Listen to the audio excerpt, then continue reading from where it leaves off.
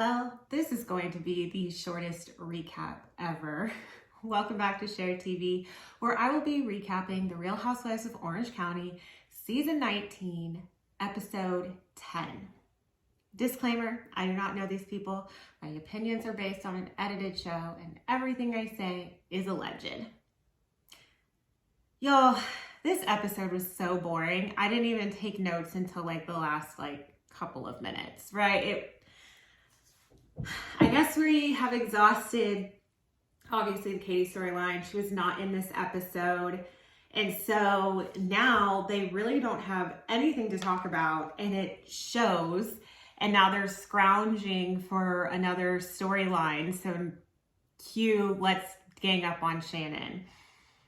And I just feel like they have this pattern, all of these ladies, where it's like they have to find one person to gang up on. And now that Katie was the focus of their takedown and they were successful in that, now they're going to target Shannon. So this episode starts off, like I said, just so boring with the storylines, nothing really of note or even of interest. And then the only real kind of drama or somewhat of a storyline comes in the last 30 seconds of the episode, and it's a to be continued. Why are we putting to be continued at the end of almost every episode? No, duh, it's gonna be to be continued. We're watching a series of episodes. Can we please stop putting that at the end? We know we're not gonna see it until next week. That's every single episode. And every single episode leaves with something to bring you into the next episode. Just my personal opinion there. We don't need the to be continued on every single episode. All right, well, like I said, this will probably be short and sweet. I did take a couple of notes. Like I said, there was nothing major that really happened, but Tamara decides she's going to invite the girls to Temecula. And then because Tamara is inviting Jen, Gina, and Shannon to Temecula, Heather decides that she's going to have a sleepover with Emily and Gretchen. Are we in the third grade? I know that they needed to have something to combat the other ladies going to Temecula, but hosting a sleepover with sleepover experts and a butler and all this kind of stuff, it's I don't know. As a grown woman, I'm not about to spend my time. I know they're getting paid to be on a show, right? I get that. But it's I'm not gonna go spend my time in real life to go to somebody's hotel room for a sleepover. I'd rather be at home with my husband. I'm sorry. But so she decides that she's gonna do that. We see a little bit of Heather doing her podcast. So would that make Heather kind of like a blogger? Interesting. Food for thought. Jen and Emily volunteer at an animal shelter. Like I said, y'all, this was so boring. And Jen and Emily talk. The only storyline Emily has at this point is her kids. So like I said in my last episode, there's no need to even mention that.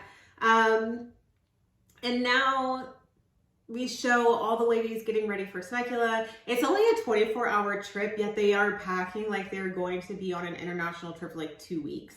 Why is Shannon packing muffin pans and, I don't know, food skewers and all of this stuff? Shannon is a hot mess express. It's also kind of why people love Shannon so much, because it's just she's a hot mess. We know she's a hot mess. It is what it's going to be with her. And then Tamara's talking to her daughter about how she's trying to mend fences with Jen and Shannon. And I think Tamara lives in this world of delusion where she thinks I apologized once.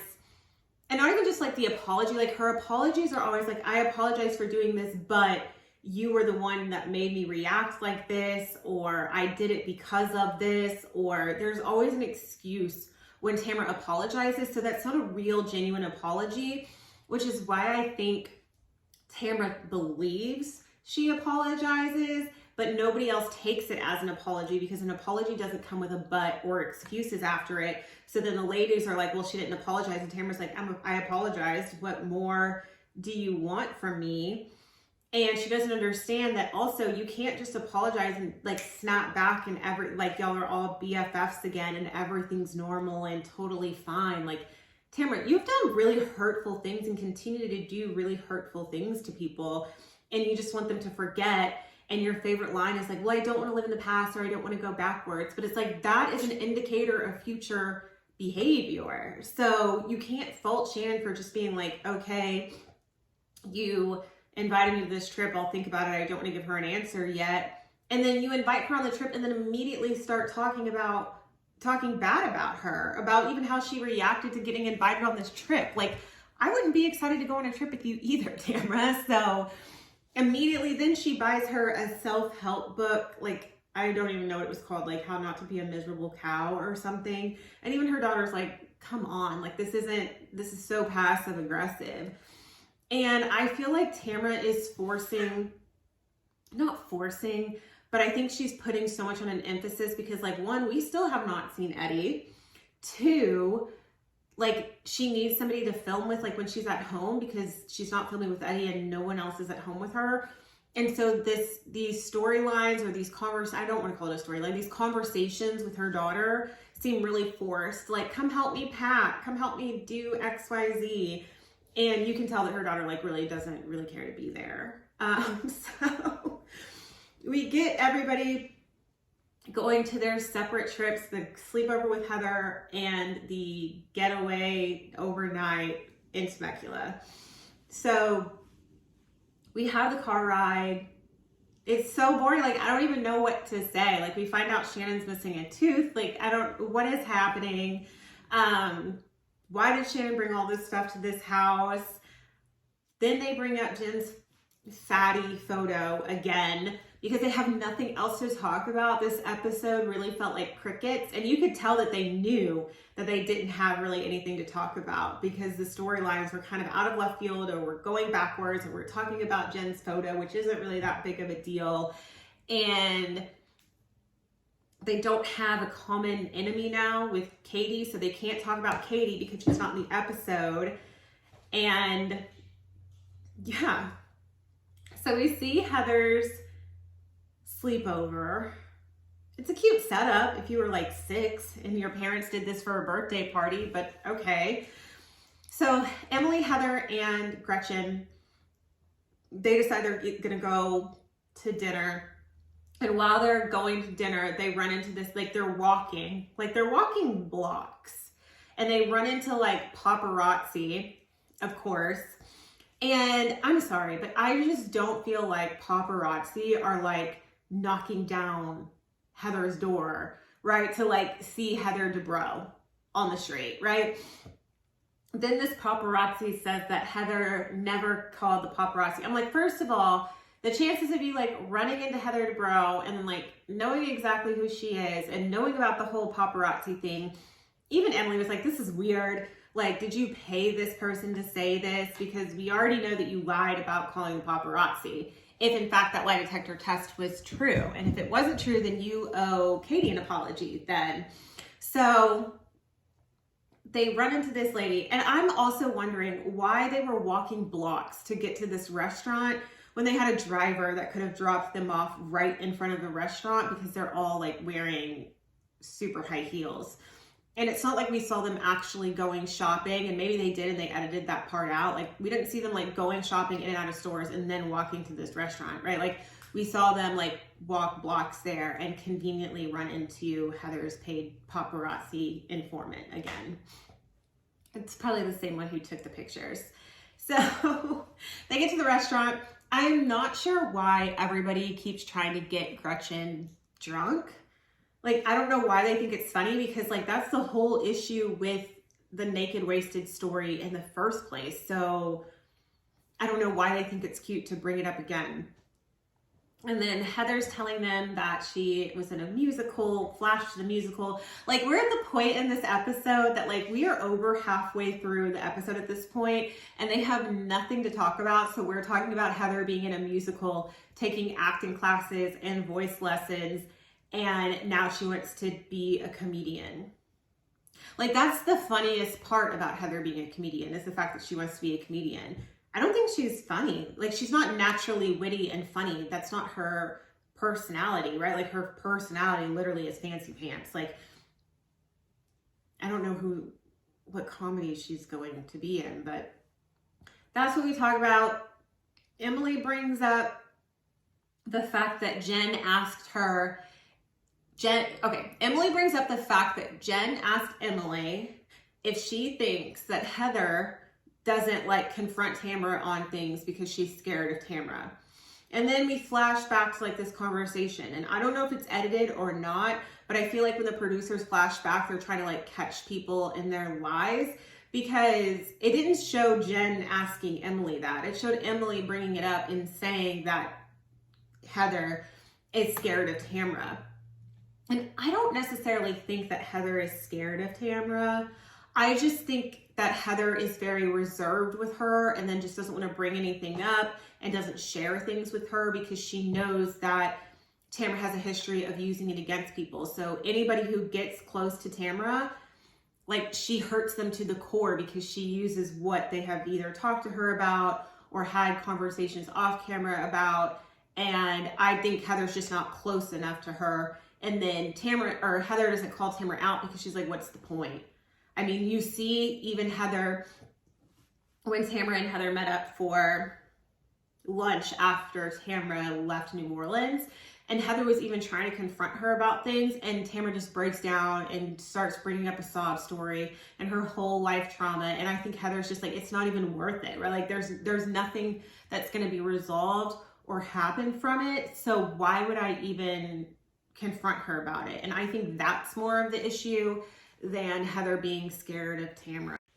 And Heather even asks Emily like what her response was in this, and Emily says, I don't know, conveniently, but we know that she was the one who brought up the conversation in the first place. But we go back to the girls in Temecula, and they're again talking about the fatty photo, and Jen thinks that it hasn't been resolved. She wants to see what the photo is. And so then they bring that up again at the dinner. So Tamara and Jen are talking about this photo. Tamara shows everybody the photo, and Jen's like, okay, well, what was the context, right? And so then Tamara's like, well, you have changed. And Jen was like, well, yeah. And Tamara makes it seem like she brought this photo up to say like how Jen looks different or has changed so much and used to be very timid and shy. And either way, Tamara is trying to spin this like her intention wasn't that bad. It's still sounding like she was clearly jealous of Jen. People go through things, they change. If they want to change their looks, if they want to get Botox, if they want to get breast implants, if they want to lose weight, like, why does that matter? And again, this photo isn't that bad. And then Jen was like, well, I don't look that good. And even Tamara's like, I don't look that good. But it's like, that's not the point. The point is Tamara knew exactly what she was doing by bringing up this photo, and she's showing it to people like she's a bully in high school and saying that, oh, I didn't have like that bad of an intent. And then Tamara brings up that why she said the things about Jen. And she was like, well, I said the things about Jen because we felt uncomfortable that you and Ryan were dating before you divorced your husband. And Shannon, thank you for reminding us that Tamara also was with Eddie before she and Simon were divorced. And neither one of those situations is okay. But Tamara, you're trying to find things to justify your behavior, and they don't even make sense because it's like pot calling the kettle black. Like, you did the exact same thing. Neither of you are right in that. But you can't weaponize it against Jen and then be shocked if somebody weaponizes it against you. And again, anytime somebody brings up something like Jen was talking about an apology, and Tamara's like, well, I did this because, and I did this because you were poking at me. And it's like, Tamara, all of these people are not just sitting around poking at you. You're going after all of these people. You have no remorse. Your apologies are half-hearted, so nobody ever feels like you have apologized. And then you don't understand why people don't just like click a switch and they're like, you know what? Yes, we're like best friends with Tamara again. And then Shannon calls out Tamara. She's like, well, you go so low. And we saw Tamara go low on Shannon, even just as recently as last season. And Shannon says, I can't forget everything that you've done. And then Tamara's like, well, I don't want to go backwards. And I'm like, I'm with Shannon on this one. You have done so much that it's like, I will proceed with caution, but don't be like a giddy 12-year-old saying like, oh my gosh, Shannon likes me now. Jen likes me now. Like, let people take the time, because let's be honest, Shannon's only even associating with you because you're on a show together. She's not associating, like in real life, she would never speak to you again. Right? Like, and Shannon says that, like, her life was better without Tamara in it. And I believe her. And she said that with such passion. I was like, yes, Shannon, read her. And because Tamara doesn't realize what she does. And even Jen at this scene, she reads Tamara, and more so in her confessional. But she's like, because Tamara's so insecure. And so she tries to like pick on everybody else, and then will play victim to get attention. And that's pretty much where this episode leaves off. We do get at the very, very end, like the last sentence of the episode, where they talk about Shannon's drinking, because now they need a new storyline. So they've set that up to be the new storyline. But I'm like, we had Shannon's drinking all last season. We know Shannon drinks. We know she got a DUI. Like, this isn't new information. This isn't like, oh my gosh. And then Gina says that she's worried about her. And I mean, I don't know. Like, like now we're grasping at straws at this point to continue on this season, and it's painful. And this episode was a filler episode. It was so boring. That's literally all I have. So we'll see what happens next episode with them setting up this storyline on Shannon and coming for her now. And I'm sorry, Shannon, but you should have known once Katie was gone that you were going to be the next scapegoat, and you probably should have been a little bit more friendly to Katie and been an ally, because now both of y'all are about to be like pummeled. It's going to be bad for you, Shannon. Nobody has remorse when it comes to you. But thank you guys for watching. Sorry this is such a short recap. If you liked it, please make sure that you subscribe and like it, and so that way you guys won't miss a video. I appreciate it, and I will see you guys next week. Bye.